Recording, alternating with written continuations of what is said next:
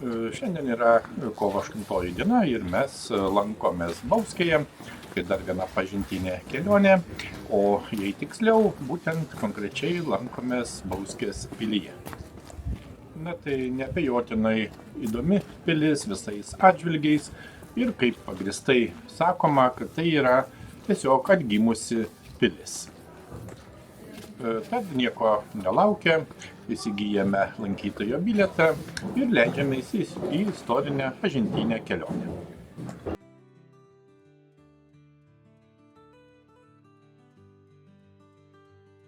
Esame Bauskėje, Bauskės pilyje. Tai yra tikrai sena viduramžių Livonijos pilis su įtvirtinimais ir pilies kompleksą sudaro dvi dalis. Senesnioji 15 amžiaus maždaug statybos pilis yra išlikę daugiausia griuvėsiai, taip pat apžiūrėsime. Na, o šiuo metu esame naujesnėje dalyje, kuri statyta maždaug 16 amžiuje. Ir čia yra buvusi hercogų rezidencija, taip pat šiuo metu, aišku, yra muziejus su ekspozicijomis ir tikrai įdomu apsilankyti ir pasižiūrėti, susipažinti plačiau.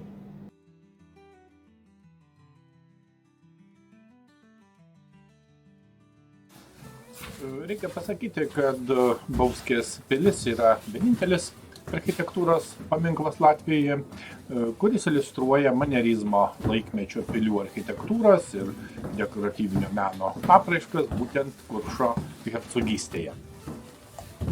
Taigi kylame į tikriausiai antrąjį aukštą ir pradedame pilies muziejaus apžiūrą. Galima pasakyti, kad senoji Bauskės pilies dalis yra specialiai parakinių šaunamųjų ginklų naudojimui statyta Livonijos ordino tvirtovė. Na ir jai būdinga 15-17 amžiaus karinių statinių architektūra, o jaunesnioji dalis tai bastionais, apsauginėmis sienomis, žemės pylimais įtvirtinta rezidencijos tipo pilis.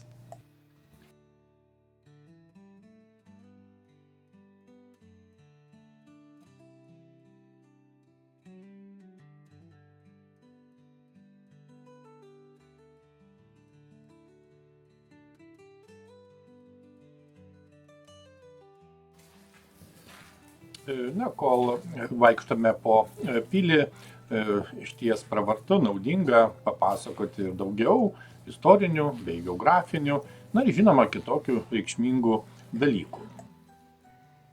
Kaip žinome, Bauskės pilis tai yra pilis Latvijoje, būtent Žiemgalos regione, etnografinėme regione, na, o konkrečiai Bauskėje. Dviejų iš esmės upių santakoje, būtent Nemunėlio ir Mūšos santakoje. 70 km nuo Rygos ir maždaug 20 km nuo Lietuvos sienos.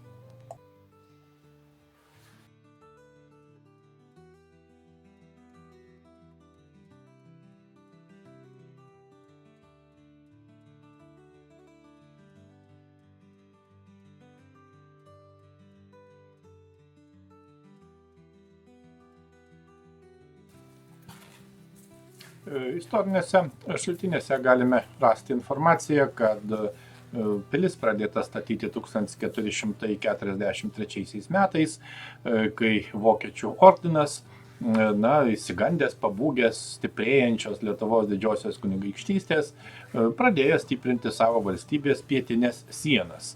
Na ir senoji renesanso stiliaus pilis buvo baigta statyti 1456 metais.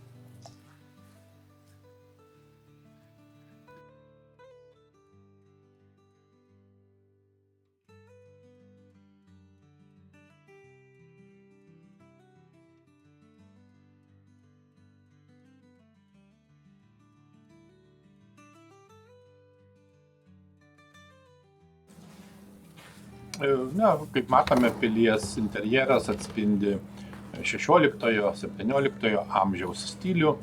Jame eksponuojami to laikotarpio baldai, krosnis ir akmenskaldžių dirbiniai.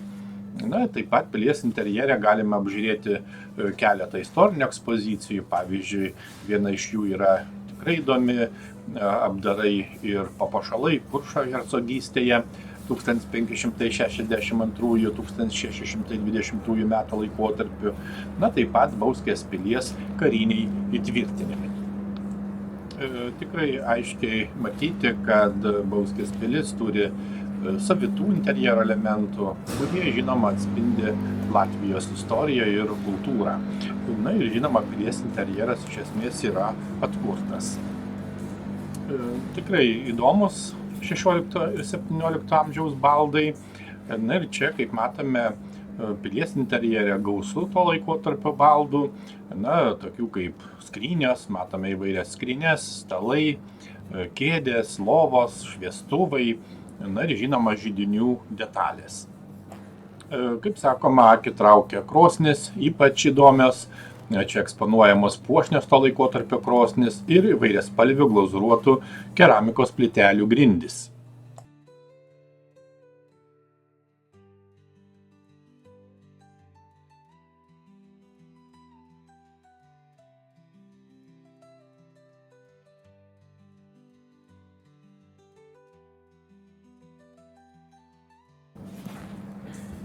Taip pat galime matyti atnaujintus manierizmo epochos akmenkalių dirbiniais dekoruotus židinius. Ir Bauskės pilis yra vienintelis architektūros paminklas Latvijoje, kuris iliustruoja manierizmo laikmečio pilių architektūros ir dekoratyvinio meno apraiškas būtent Kuršo hercogystėje. Svarbu paminėti ir tai, kad pilies langai įrėminti šveninėse apvaduose ir papuošti herbiniais vitražais. Istoriniai šaltiniai taip pat sako, kad archeologinių kasinėjimų metu buvo rasta įvairių formų vitražo stikliukų ir taip pat šveninių tvirtinimo elementų fragmentų.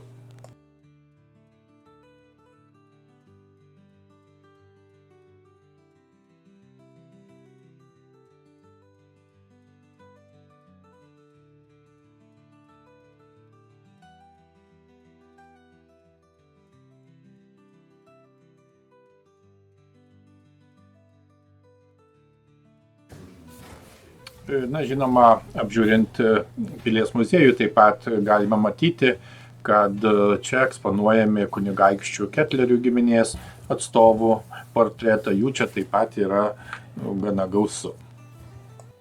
Taip pat įrengiant muziejų atsižvelgta į patalpų pobūdį ir būtent 17 amžiaus pilies aprašus. Kaip matome, lubos dažniausiai paliktas nedažytas arba balintas kalkėmis, o kunigaikščio apartamentuose lubos dažytas manierizmui būdingomis spalvomis. Kaip matome, čia taip pat yra gana erdvės salės ir reikia pasakyti, kad būtent pilies salėse taip pat gana dažnai vyksta įvairūs kultūriniai renginiai.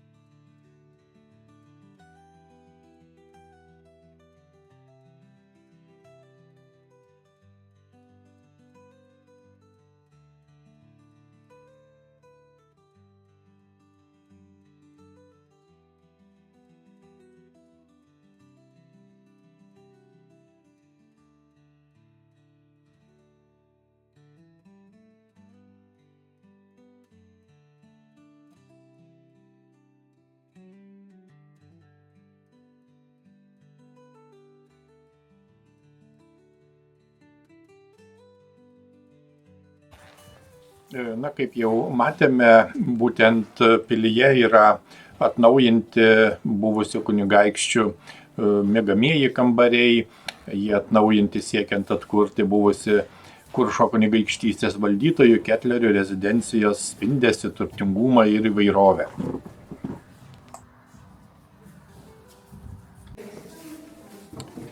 Einame į dar vieną patalpą, kurioje eksponuojami to laikotarpio drabužiai ir apavas.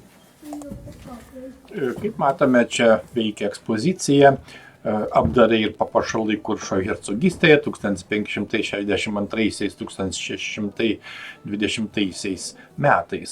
Ir čia galima apžiūrėti, susipažinti su mados pokyčiais Kuršo kunigaikštystėje, būtent valdant dviem kartoms.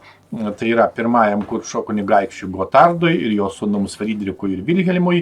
Na, taip pat eksponuojami archeologinių kasinėjimų metu rasti siuvimo reikmenys, pavyzdžiui, žirklės, lygintuvai, sagos, kabliukai, karoliukai ir originalios 17 amžiaus drabužių detalės.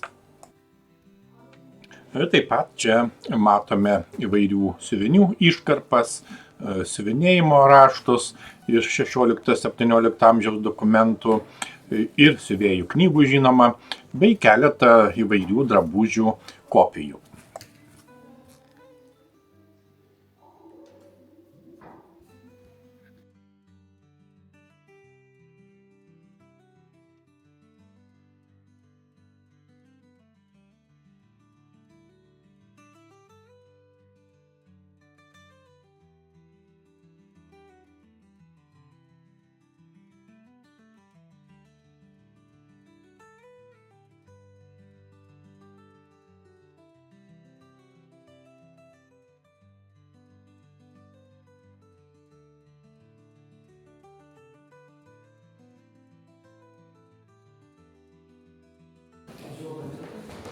Toliau apžiūrime ginklų salę.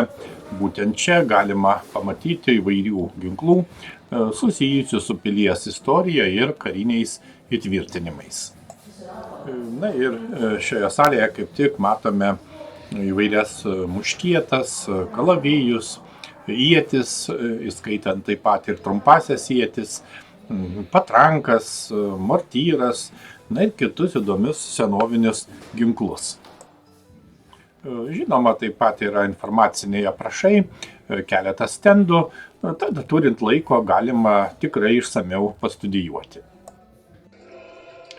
Na, taip pat yra ir keletas interaktyvių stendų, galima susidaryti vaizdą apie to laikotarpio kautynės ir mūšius. Na, kaip tik vieną iš jų fragmentą ir galime pažiūrėti.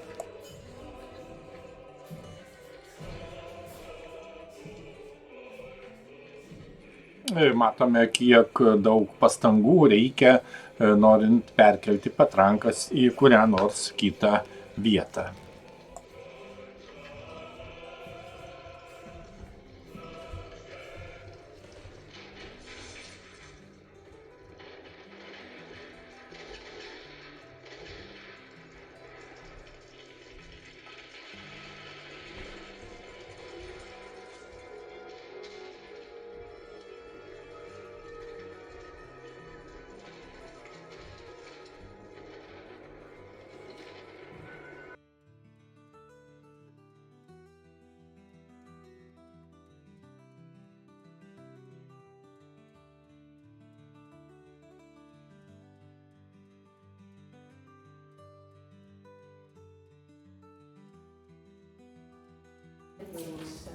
Na, taip pat reikia paminėti, kad Bauskės pilyje yra ekspozicija skirta Livonijos ordino piliai ir būtent šiame muziejuje taip pat galime sužinoti, kaip 15 amžiaus viduryje buvo būtent statoma Livonijos ordino pilis. Kadangi keletą kartų paminėjome Livoniją, Livonijos ordiną, todėl pravartu šiek tiek pasakyti ir apie tai. Būtent Livonijos ordinas buvo Vokiečių ordino autonominė šaka ir teokratinė katalikų valstybė Livonijoje. Ordinas susikūrė 1237 metais, kai po pralaimėto Saulės mūšio kalavijuočių ordino likučiai prisijungė prie Vokiečių ordino. Na ir Livonijos ordino teritoriją sudarė dabartinės Latvijos ir Estijos žemės ir iš dalies Lietuvos žemės. Nuo 14 amžiaus vidurio Livonijos ordinas vykdė nuolatinius niokojamosius žygius į Lietuvą. Na, o 16 amžiuje plintant reformacijai ordino viduje žinoma kylo įvairių nesutarimų. Na ir Livonijos ordinas, istoriniai šaltiniai sako, nustojo gyvuoti maždaug 1561 metais Livonijos karo metu, kai didžioji ordino dalis pasidavė Lietuvos didžiajai kunigaikštystei.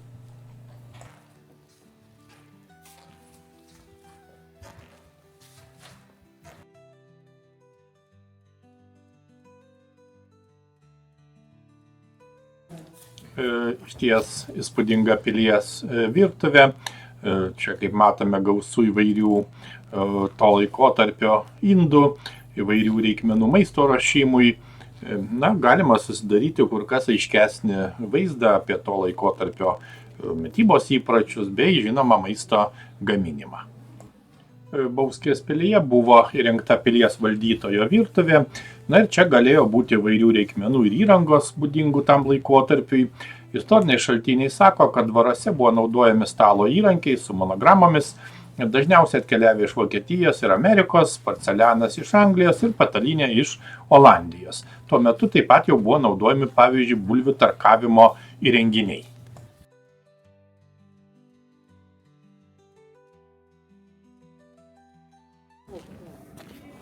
Pravartu pasakyti, kad pilis pastatyta ant dolomito pagrindo, todėl pamatai beveik neįgilinti.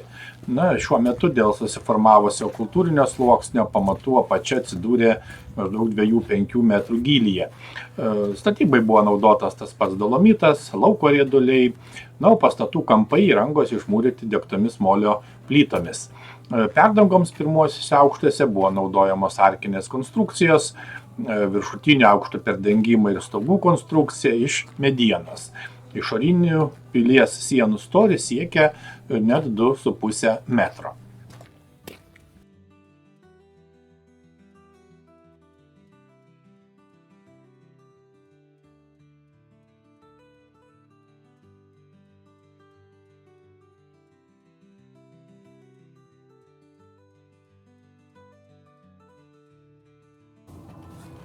Tęsiame pažintį su pilimi ir lipame į pilies bokštą. Tai tikrai atraktyvus dalykas. Statant bokštą jis keletą kartų sugriuvo. Ir legenda pasakoja, kad statytojai kreipėsi į aiškiaregį žynį ir buvo patarta užkasti ką nors gyvą bokšto sienoje, kad pamatytų, kas pirmasis ateis prie pilies. Tačiau buvo didžiulis statytojų nustebimas, kai ryte jie išgirdo žingsnius būtent paties statybos vadovo žmona, kuri atnešė pusryčius. Ir laimė, kad prieš ją bėgo nedidelis šuo, jis ir tapo pilies bokšto tvirtybės garantu. Yra sakoma, kad ir dabar tyliomis vasaros naktimis vis dar pasigirsta šuns balsas. O nuo bokšto atsiveria plati Bauskės apylinkių panorama.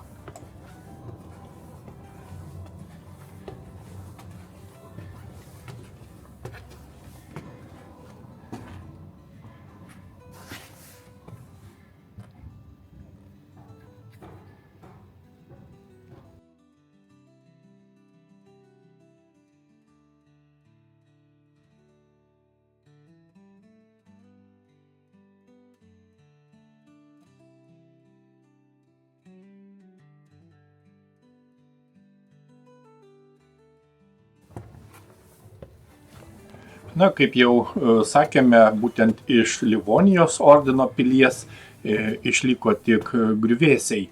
Ir būtent šioje dalyje yra bokštas, kurio aukštis siekia apie 20 metrų. Galima pagrįstai sakyti, kad pilies bokštas tikrai vienas įspūdingiausių pilies elementų ir būtent viršuje atsiveria panoraminiai vaizdai į Mūšos ir Nemunėlio upių santaką ir žinoma patį Bauskės miestą. Bauskė, kaip žinome, nedidelis miestas Latvijoje, būtent Žiemgaloje. Ir tai yra Bauskės savivaldybės centras, maždaug už 70 km nuo sostinės Rygos ir taip pat maždaug už 20 km nuo Lietuvos sienos.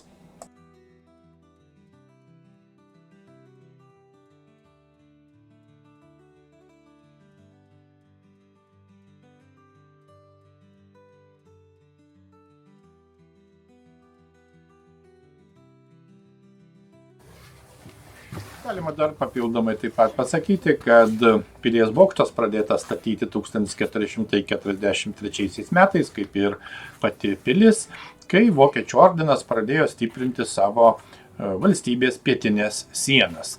Būtent pirmiausia baimindamasis sustiprėjusios Lietuvos didžiosios kunigaikštystės. Na ir senoji pilis Renesanso stiliumi buvo baigta statyti maždaug 1456 metais.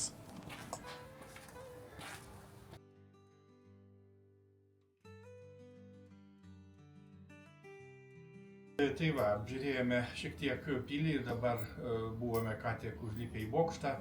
Yra visai puikus tikrai vaizdai aplink, pasižiūrėti iš viršaus tiek į Bauskės miestą, tiek aplinkui.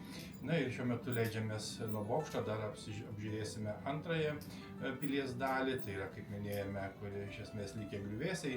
Taip pat yra įvairių informacinių stendų, daug gausų įvairios informacijos, tiek latvių kalba, tiek anglų kalba, vokiečių kalba, taip pat ir lietuvių kalba. Taip, kad tikrai įdomus istorinis objektas, kurį tikrai rekomenduotume aplankyti.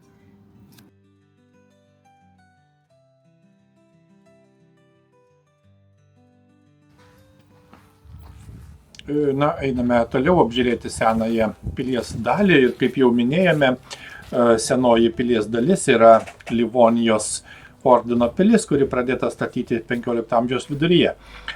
Pilis buvo tikrai svarbi tvirtovė, saugojusi regioną ir žinoma kontroliavusi prekybinį kelią iš Lietuvos į Rygą. Livonijos ordinas pastatė Bauskės pilį 15 amžiaus viduryje, būtent kad sustiprintų savo įtaką Žiemgaloje.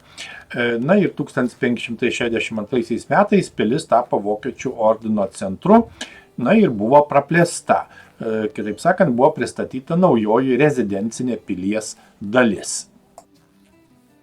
Be to, taip pat svarbu paminėti, kad Bauskės pilis buvo ne tik įtvirtinimas, bet ir Foktijos centras, iš kurio Foktas, na, dabartinė kalba sakytumėm, administracinis pareigūnas, vykdė teismo, policijos, finansų ir karinės administracijos funkcijas. Čia gana aiškiai matome, kaip atrodė pilies gynybinės sienos, bokštai, šaudymo angos. Na ir taip pat galime pamatyti 17 amžiaus Ketaus patrankų kolekciją. Kaip jau minėjome, 1562 metais pilis tapo Vokiečių ordino sostinė, o 1587-1596 metais pilis tapo ir pirmojo Kuršo hercogo Gotardo Ketlerio rezidencija. Na, reikia taip pat pasakyti, kad pirmieji Bauskės pilies griuvėsių sienų tvirtinimo darbai atlikti dar tarpukario Latvijoje 1936-39 metais, na, o vėliau šiek tiek sovietiniais laikais 1962-1972 metais.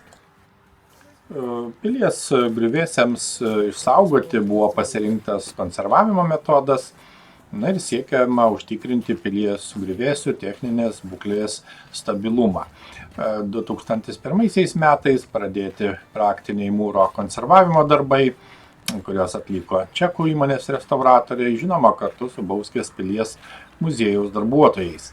Na, o lėšos konservavimo darbų pirmajame etapui buvo gautos 2001 metais, dalyvaujant Europos komisijos programos Kultūra 2000 projektų konkurse. Na, šiandien pilis, žinoma, yra svarbus Latvijos istorijos ir kultūros simbolis. Jie atspindi Livonijos ordino ir Kuršo kunigaikštystės laikus. Kita vertus, pilis yra unikalus architektūrinis paminklas, neabejotinai sujungiantis viduramžių tvirtovės ir Renesanso rūmų elementus.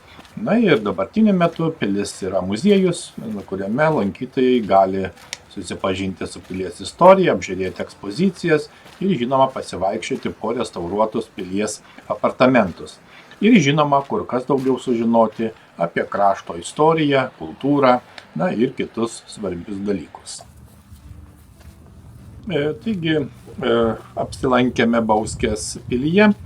Na ir nepaisant to, kad kažką žinojome apie tai anksčiau, tačiau kiekvieną kartą sužinome kažką daugiau, išsamiau, plačiau. Taigi keliaukime, tyrinėkime, nenurimkime.